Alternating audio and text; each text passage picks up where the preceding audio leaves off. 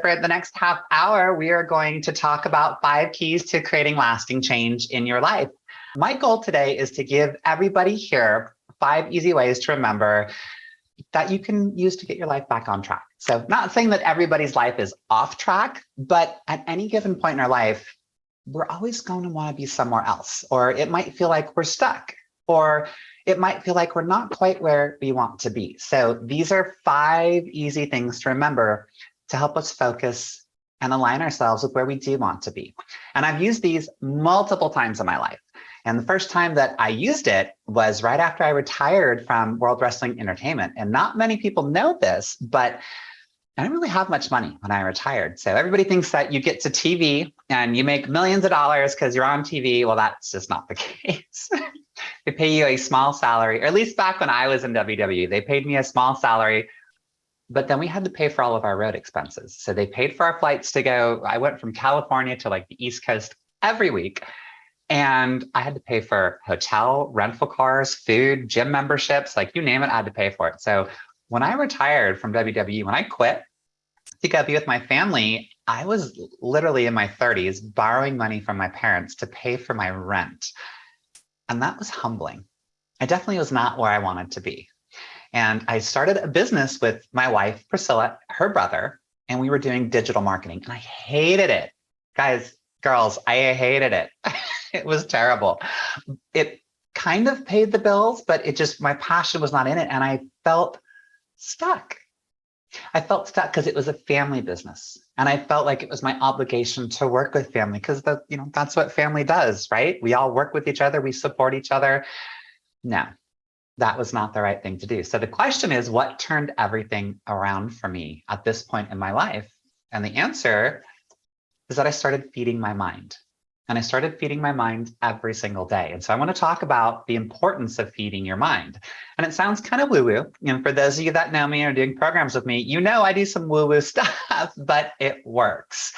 And I've done this, again, in multiple places in my life. I did it in the market crash in 2008. I did it when I was diagnosed with needing open heart surgery. I had an aneurysm in my ascending aorta. And it was basically like, yeah, you need the surgery. You could die at any moment. So that's when I started using this, when I started feeding my mind. When Body Spartan almost went under in 2019, I almost lost the company.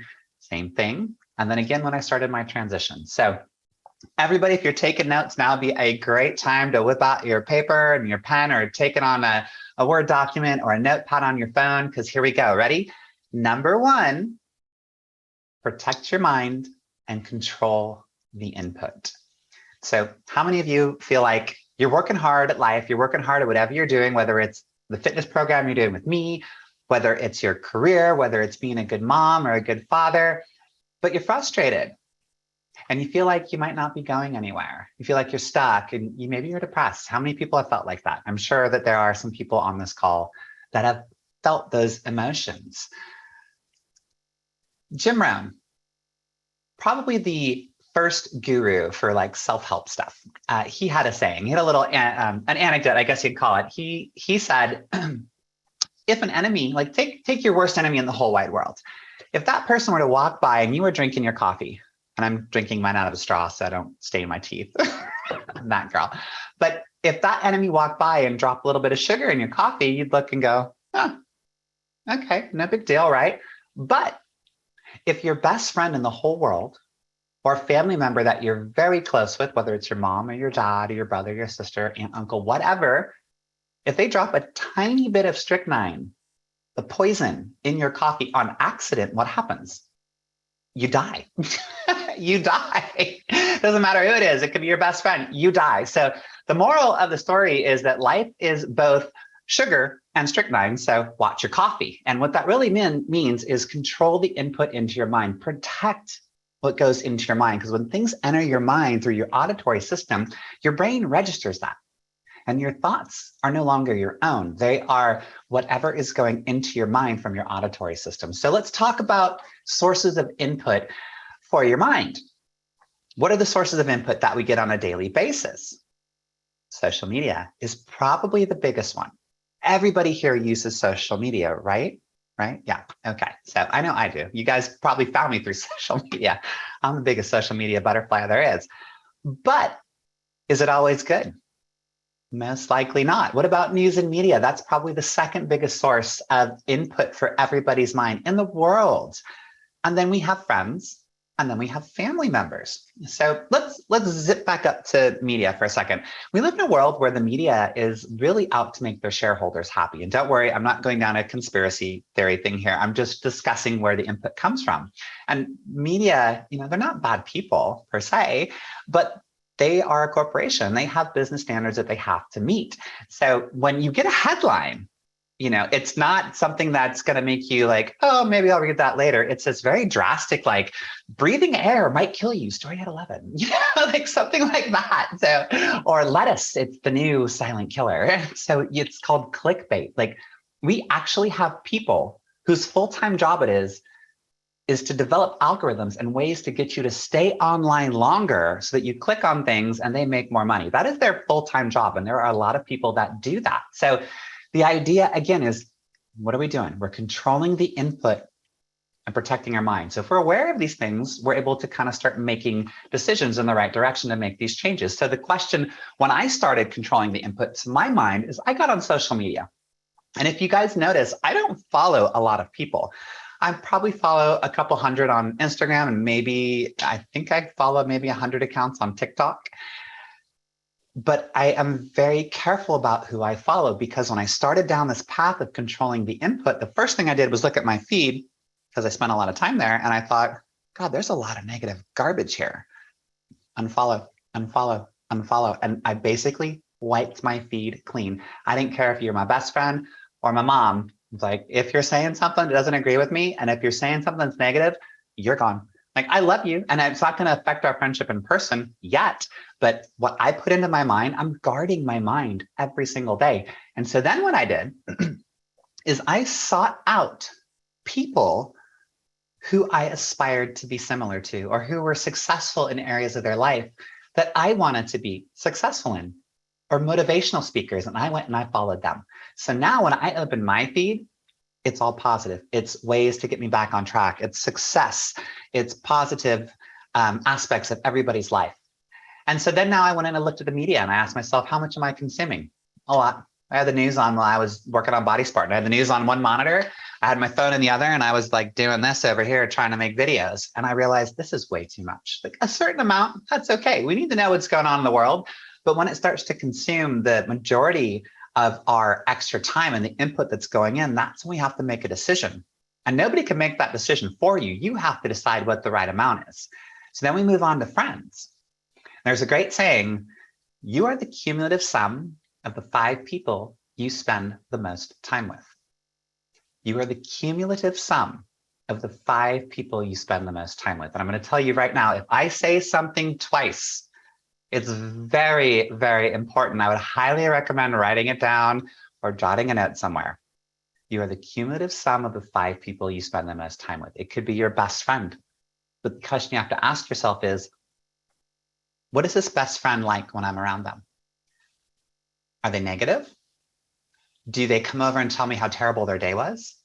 Do we FaceTime and they tell me all these awful things that are happening? Are they gossiping about people? Are they dragging me down? Are they trying to get me to vent my negative emotions as well? If so, probably not going to be the best option for you. When I started turning my life around at every one of these points in my life that I mentioned earlier, when I started turning my life around, my friend circle went from like gigantic to like, zoop. I can literally count on one hand how many people are in my life that I trust with my mind at any given time.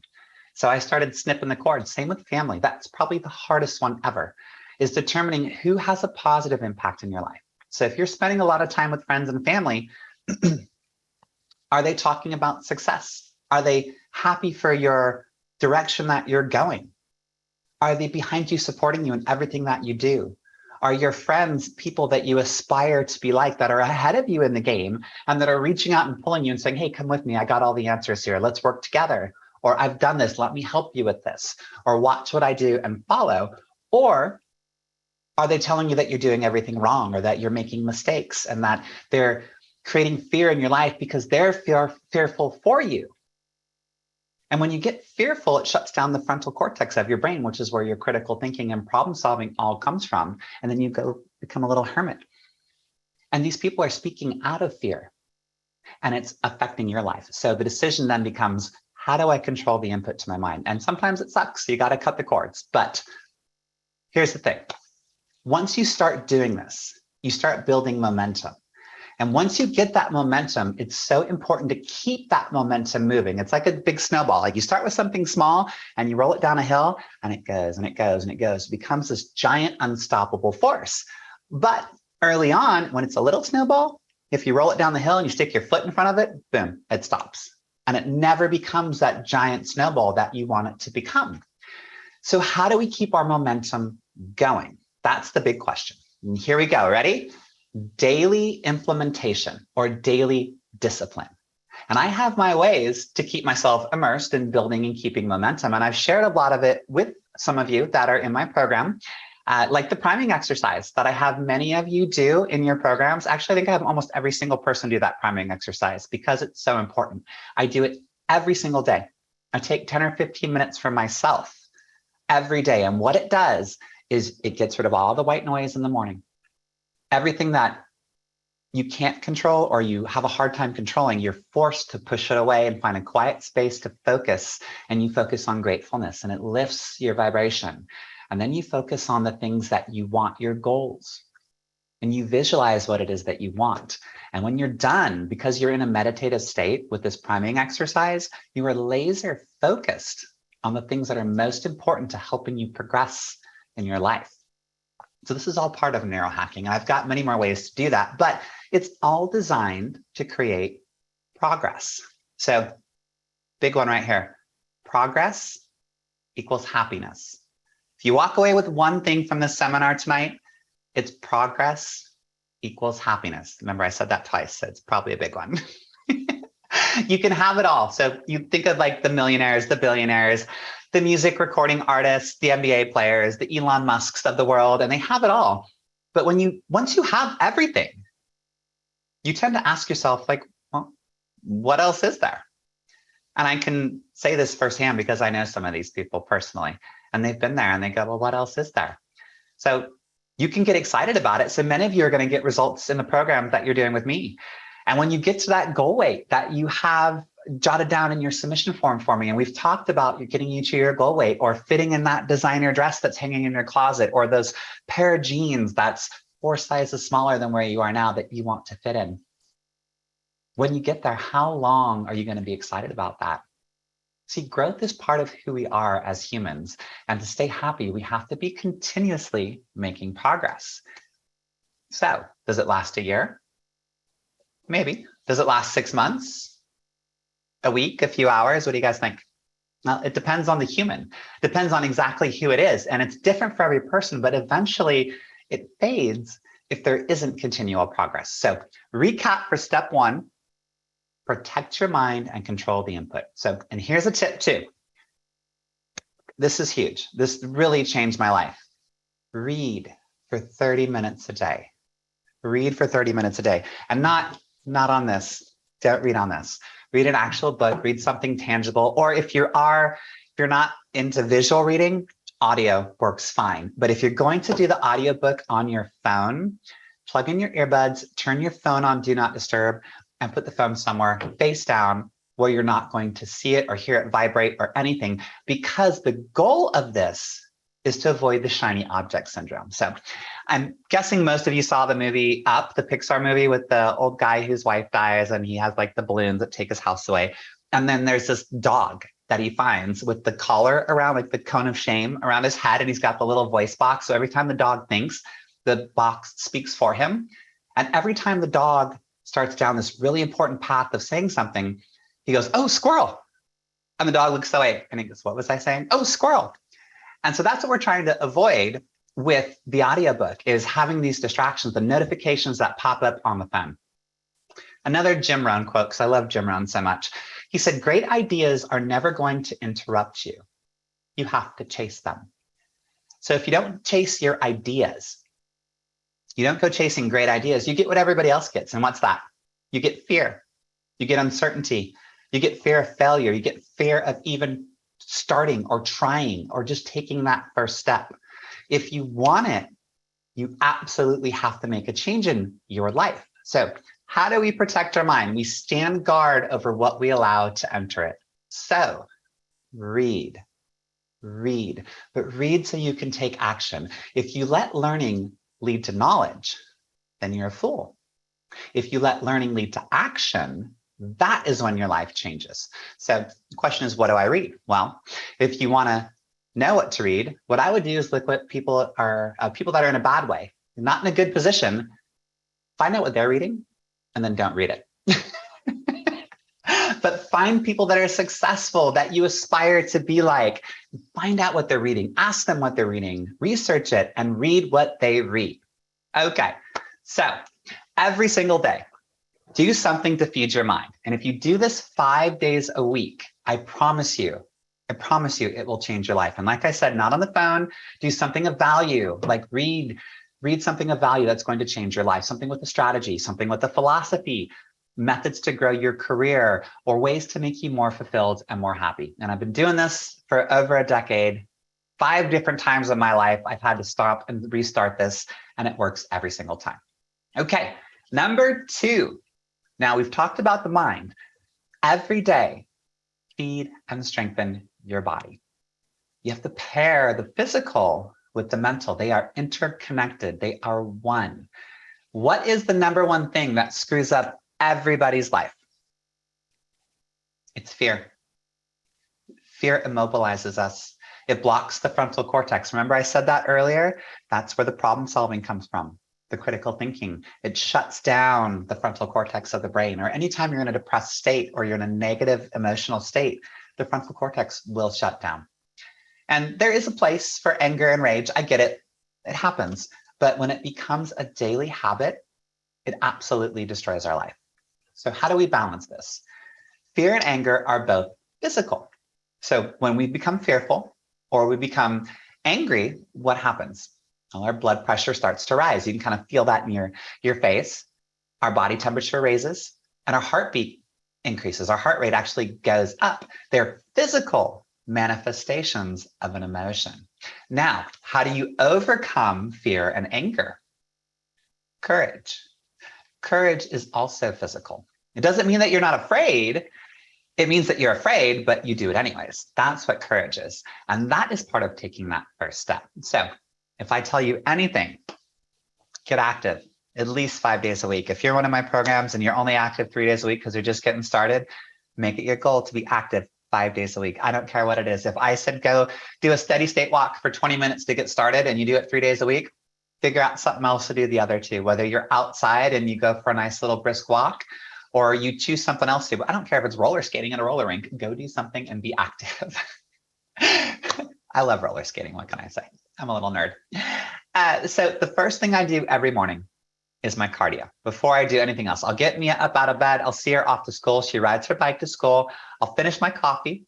I'll slam some water. I'll go change. And then I will do 30 minutes of high intensity interval training. I'll do my circuits. And immediately after that, I will go to the garage. If it's sunny outside, I'll go for an hour power walk. If it's not, I'll use a treadmill in my garage and I'll do it in the garage. But my best mental states are always on my walks. That is when everything comes to me. And it's because exercise transforms the body and the mind. It creates this daily discipline. It creates will. It creates a drive to succeed because you know where you're going and you know you can hit that goal, and it spills over into every other aspect of your life. We're going to move away from like the maybes or the I'll do it after breakfast or I'll do it after this Zoom call. Or you know what, I'm just going to answer a couple of my comments on TikTok or Insta or Twitter or Facebook or whatever, the kids are using nowadays. But we all do that. We do. We go into our DMs, we go into our comments, then suddenly we're lost on the feed. And it's like, ooh, I'm going to do my cardio in a little bit. And then it becomes, ooh, I'm going to do it tomorrow. Yeah, I'll do it tomorrow. I'll get started tomorrow. And what we want to do is remove this old way of thinking. It's this old pattern, this old way of thinking that destroys most people's lives and their dreams. So you can settle for a life like most people, or you can take hold of your dreams and you can manifest them into reality. But you have to take action. You have to take action and do something different than what you've been doing. Because if we do the same thing over and over again, expecting a different result, what is that? We call that insanity. Doing the same thing over and over again, day in, day out, expecting a different result is the definition of insanity. So discipline develops a sense of will, like I said. And again, the mind and body are connected. Okay, that was number 2. Number 3, if you're jotting this down, get a role model, an avatar, someone you look up to.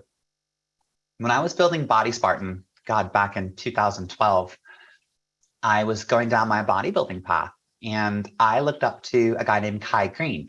He was an Olympian. So Mr. Olympia is the bodybuilding contest of all bodybuilding contests. It's the world championships. These guys are freaks of nature.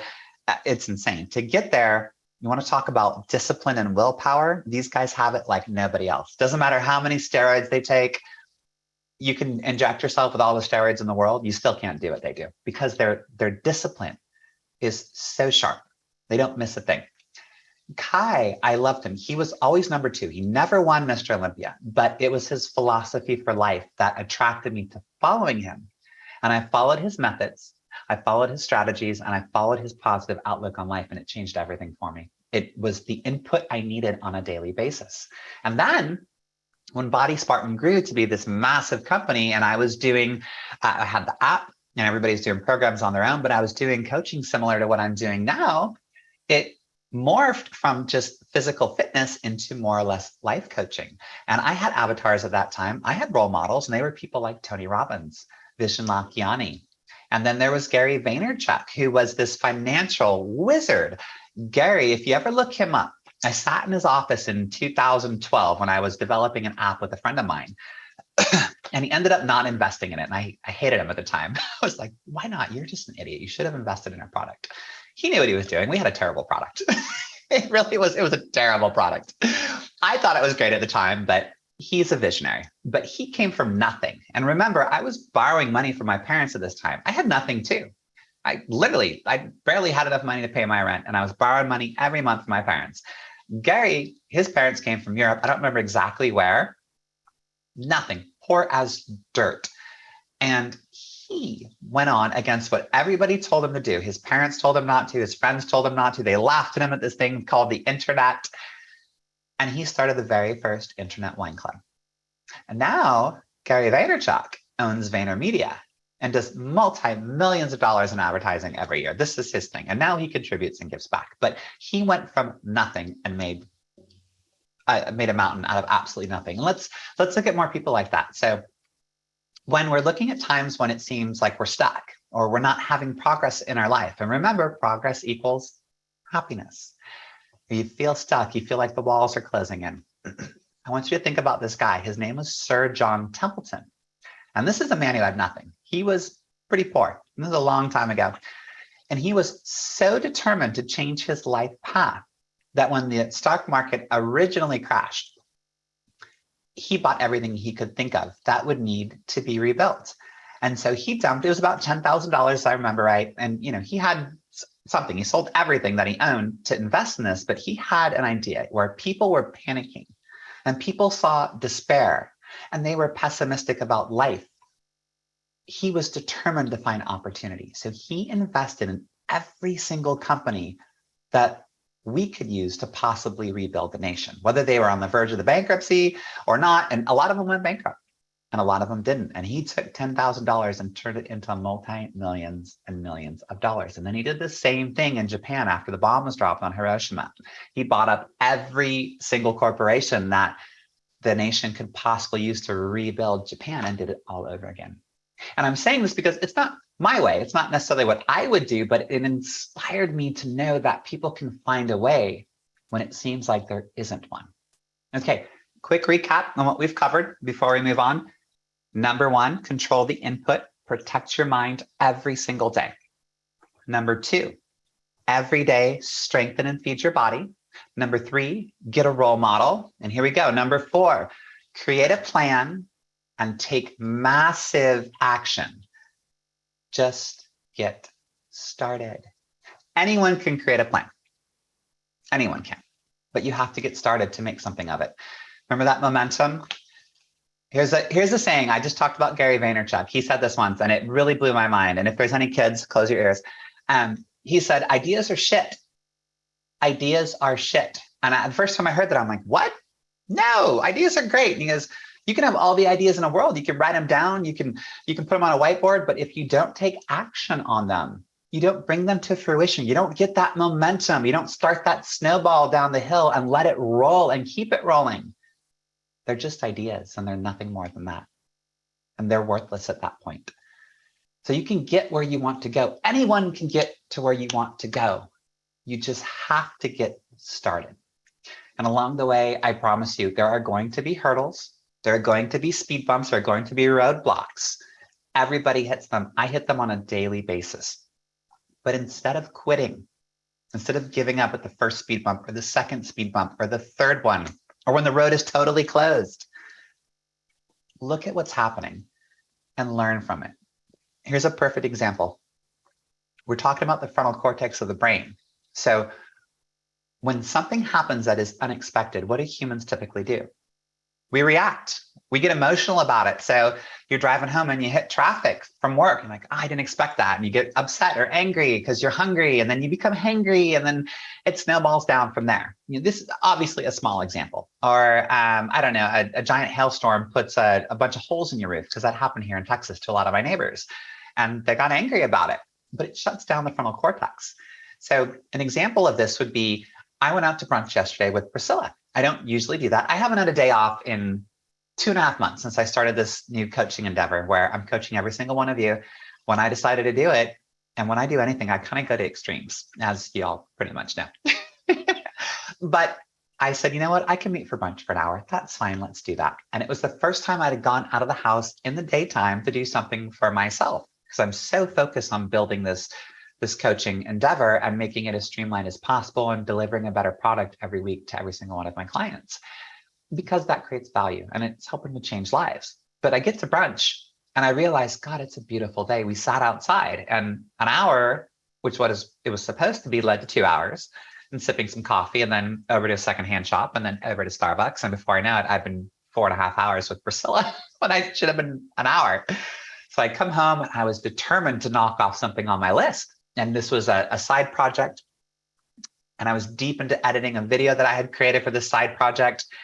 And I literally looked at the time. I'm like, oh my God, I'm supposed to be somewhere literally in 60 seconds. And it's a 15-minute drive. So I ran out of the house at 100 miles an hour. I told my person I was meeting, I'm so sorry. I got home and I was frustrated. And not at anybody in particular. I was feeling the emotion of being frustrated. And I realized my frontal cortex was shutting down. And at that moment, I stopped. And Priscilla looked at me. She said, you okay? And I said, yeah, I just realized something. I'm emotional. I'm reacting to the situation instead of responding. So humans do two things. You can react, which is emotional based, or you can respond, which takes some analytical thinking, some critical thinking, some problem solving. So when I hit a speed bump, I stop. I pull the emotion out of it for a second. I try to exit my body and go, okay, what's actually happening here?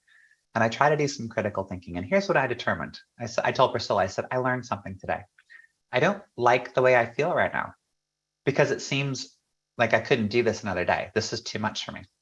And I said, I learned that until I get a team to come do some of my daily stuff, that I can hire a team to do the dailies, to do the data entry, all the things that I do on my own that I don't need to be doing because my skill set's far above that. And I should be spending time with one-on-ones with people, or putting on seminars like this where it takes a lot of thought and a lot of focus.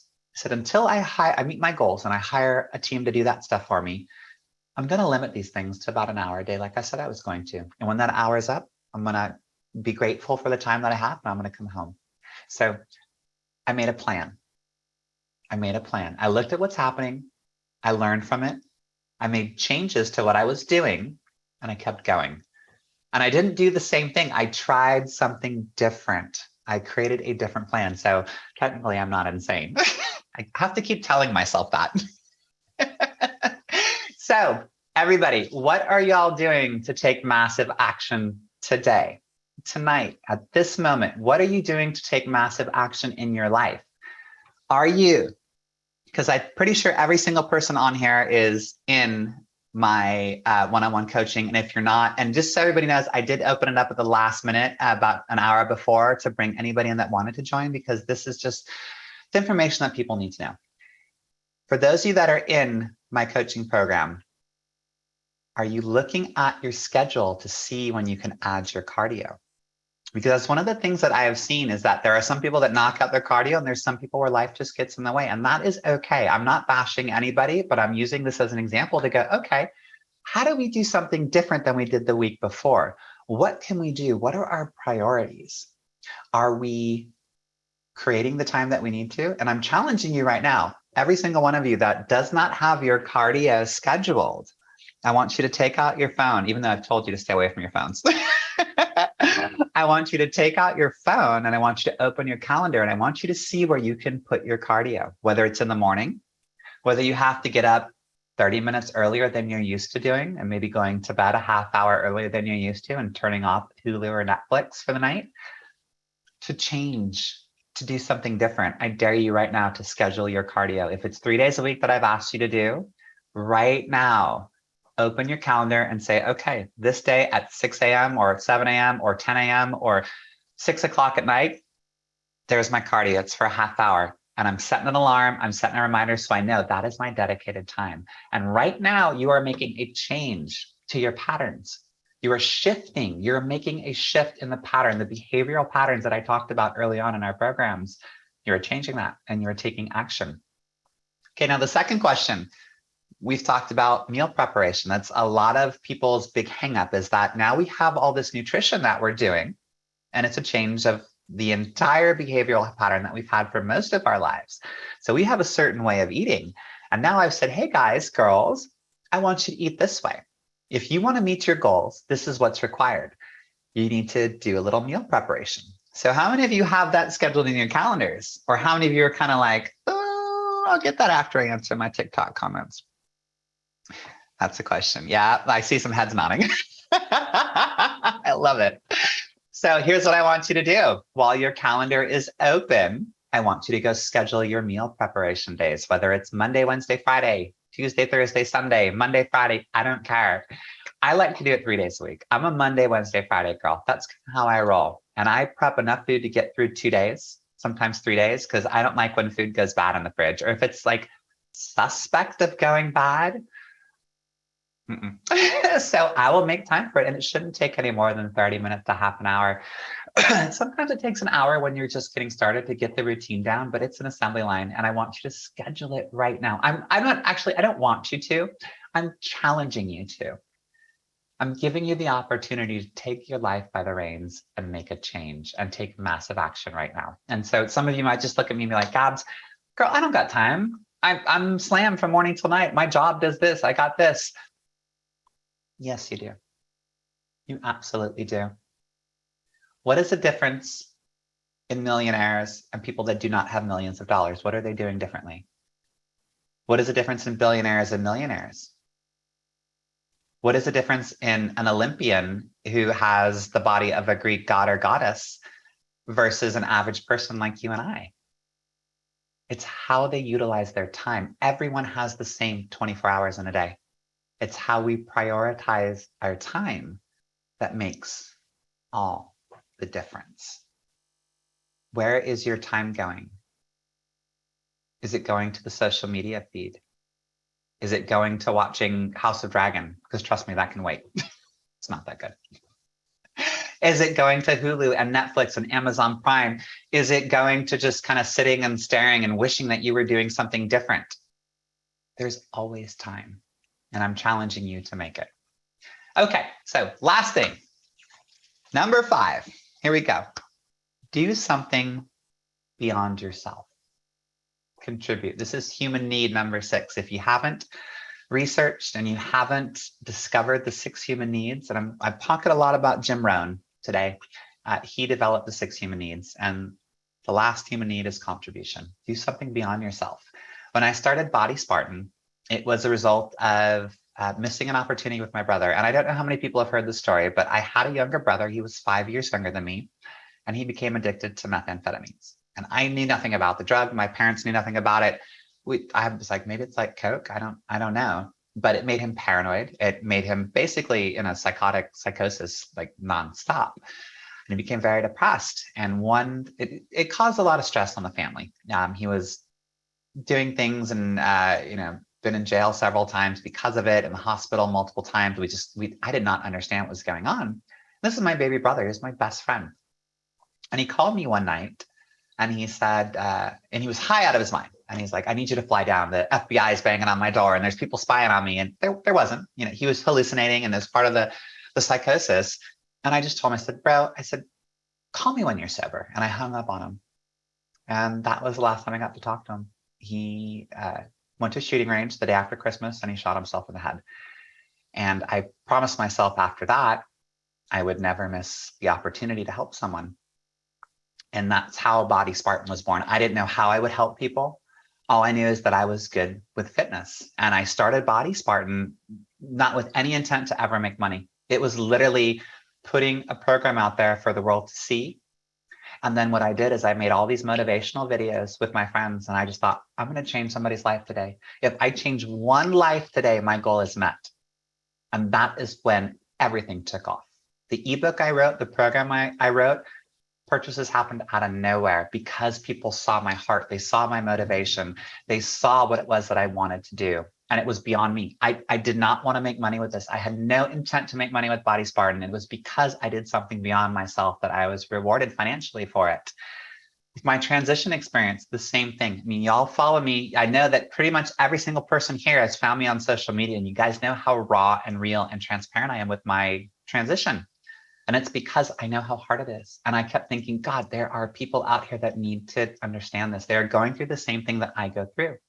And we try to bury that on social media. Like the standard is put your makeup on, get the best filter possible, best angle, get a ring light, use a filter, a diffuser on the light, and only show your best photos. Use Facetune to like make yourself look skinnier. I mean, I've done all that stuff, but when you get down to it, it's when you're raw and you're real and you're transparent that people can connect with you and they go, oh my God, she has the same struggles that I do. Oh my God, I can relate to this and I needed this. And that's why I'm coaching now. And that's why I'm doing this seminar tonight, because as every single one of you know, this is not something that was included with the program. This is something I literally decided to do last week. I saw a need for it and I thought, you know what? How do I offer more value to everyone? How do I go beyond myself? I'm going to pull some time out of my day. And this is what I'm going to do. I'm going to help people. And it lifts the human spirit. It lifts the soul and it creates the sense of fulfillment. So let's recap real quick after I get a drink of water. I'm sure you guys all heard that because of microphones, right? Okay, final recap. Here we go. Every day, control the input and protect your mind. Number one, for a reason. Number two, every single day, strengthen and feed your body. Number three, get a role model, get an avatar, someone that you aspire to be like, someone successful that, or any area of your life. Number four, create a plan and do what? Take massive action. And number five, do something beyond yourself. Now, in just a minute, I'm going to get to questions, but I want to let people know that are on this seminar, that are on the Zoom, that are not part of the coaching program. I have 5 spots open. And this is the nature of things. People can't go forever, and that's okay. And I have 5 openings. If you are wanting to do any personal online fitness coaching with me, just go to my website, GabbiTuft.com. The link is in all of my social media profiles. It's in the bio on Instagram and in TikTok. You can go right through there on my link tree. It says, sign up for coaching with Gabbi and go grab a spot. And this is the kind of value that you're going to get. And I'm happy to coach anybody that signs up. Then for now, what I want to do is look into the chat. Let's see here, and let's see what the questions are. So I have, and y'all are welcome to unmute your mics after I answer this one question. I'm gonna answer this one that's in the chat, and then you can unmute your mics one at a time, and we can kind of chit chat about questions for the next 5 or 10 minutes. So Jorge has said, I'm struggling with myself because since I was little, I know I'm a woman. I'm so scared to get out of the closet and transition. I have a girlfriend, which I love. I'm scared she's going to dump me because I love her. Any advice on how to speak with her and how to start. I'm scared. I feel I'm too old to transition. I'm 32. I was 41 when I started my transition. And remember, I said fear is the most debilitating thing that can happen to any of us. It shuts down the frontal cortex. It prevents critical thinking. It creates or prevents problem solving. You can live your life for everyone else, or you can live your life for yourself. And this applies to everyone outside of your transition. This applies to, whether you were born a man or a woman. It applies to your career. It applies to your family. You can live your life for everybody else, and you can care about what everybody else thinks. And you can do everything to please everyone. Or one day you can wake up and go, oh my God, I get one life. I get one life and it's mine. And I need to take care of me. And I need to do the things that I need to do. And if you're scared that, excuse me, if you're scared that your girlfriend or your wife is going to dump you, or your husband is going to divorce you, whatever it might be, because you're doing something that you feel you are led to do in your life, maybe that's not the right person for you to be with. When I started my transition, I had to go through the process of thinking in my head. I was fearful. I had to go, I spent so much time living those moments out going, okay, if my parents do not accept me, what's going to happen? I never talk to them again. They won't talk to me. They'll disown me. Okay, what does that feel like? And I sat in that. And I hate sitting in a negative space. I try never, ever to do that. But I sat in that and I realized, okay, I played that out in my mind. And if that happens, I'm prepared for it. I know what I'm going to do. Okay. And I'm prepared to accept that loss. I'm completely prepared to accept that loss. And those are the things that I sat with. And then once I was done sitting with them, I went back to a grateful state and I remembered what I was grateful for. And I sat on the things that I was grateful for and I visualized what I wanted. I visualized the outcome that I wanted. I visualized having my wife in my life and my daughter in my life and my parents in my life and Priscilla's parents in my life. I visualized and held on to this vision of my neighbors accepting me and being able to walk down the street without fear.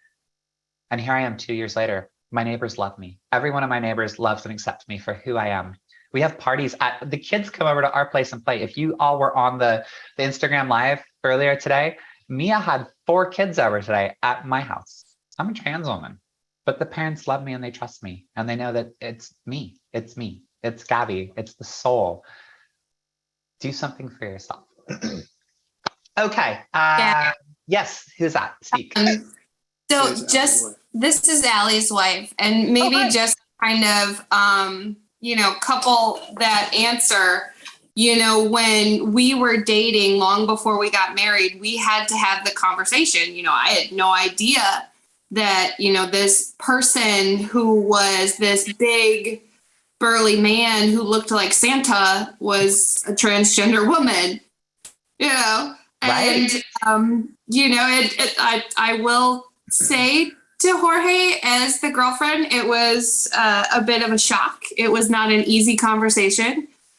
We weren't living together at the time, so I remember driving home crying and emailing my therapist demanding to see her the very next day.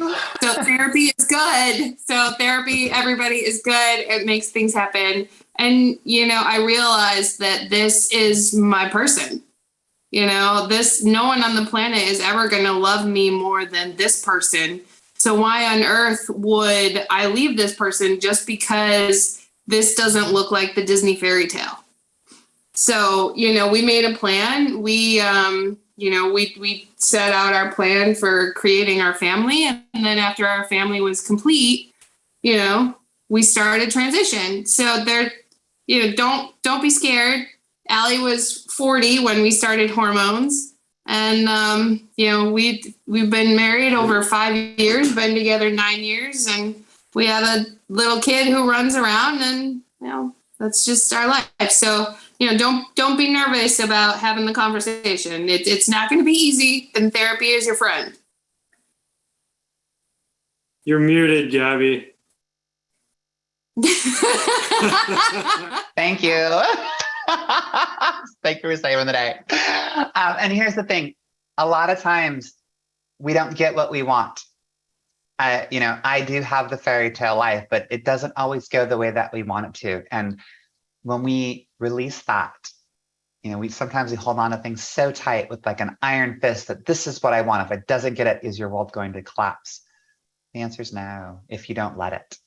So if you open your hand and you go with the flow, you think of it as like a wave, like a surfer on a wave. If you don't go with the flow, that wave is going to topple you. It's going to push you under the bottom of the ocean floor and you're going to drown. If you decide to just feel it and go with it and accept wherever that wave takes you, it's going to be the ride of your life. I promise you. So Caroline was asking, how do you get motivated to do morning cardio? It's super tough, a little PTSD coming from competing for years. Caroline, yeah, she was a competitive bodybuilder for years, and her tendency is to go in the afternoon. So that's about making a change. I'm sorry, guys, there's a lot of thunder outside if you hear that. That's about making a change. And so you've been doing the same thing over and over and over again. The question is, are you getting the results that you want? And that's a question that only you can answer. So if you are getting the results that you want by doing your cardio in the afternoon, then yeah, keep doing it. But if you're not, it's time to do something different. Make a change, take massive action. So it's not that, I mean, trust me, I am not the most motivated person to do it every day. There's days when I'm like, God, I don't want to do this. But then I think about my goal and I think about how long I have left on this planet. I'm 43 years old. And for me, and this is kind of specific to me, but it kind of applies to everybody else too. You don't have to be 43. You don't have to be 60. You don't have to be 20, but nobody's promised tomorrow. And there's a goal that I want to meet and I could die tomorrow. Like I'm, for me, my goal is aesthetics. And it's very simple. It's like, I got a couple years of quote unquote beauty left before it starts to fade away. But beauty fades, like aesthetics fade. You can't keep this up your whole life. But I want to know what it feels like. And so the question that I would ask yourself, or have you ask yourself, is how bad do I really want this? Do I want to, fit in those Chanel dresses that are hanging in my closet before it's too late, before I feel like I won't look the way I want to in them? Is that one of my high priorities? And if the answer is yes, do anything that you have to do to move things around and make that happen. And when you're feeling demotivated, girl, I would think about those dresses hanging in your closet and think about your vision of you and the figure that you want sliding into that dress and knowing that, oh my God, it zips perfectly and it fits. And this is exactly how I want it, because that's what I do. That is exactly what I do. I visualize myself in outfits. I visualize myself with the hair that I want. I visualize myself and I go, that's what I want. Okay, let's go get it. And that's what I do. Okay, good. I'm going to try to do this. And Candace, you're very welcome. I see that in the chat. I'm going to wrap it up for the night. I'm going to try to do these either weekly or bi-weekly. I haven't decided. It kind of depends on my schedule. I won't do one next week because I'm in New York this coming weekend with Bella for Fashion Week. So it'll most likely be the week after, but you never know with me. I may come home and just be like, yo, here's the seminar. Let's go. But thank you everyone for your time. And I hope you found this very valuable and very useful. I love every one of you. Bye.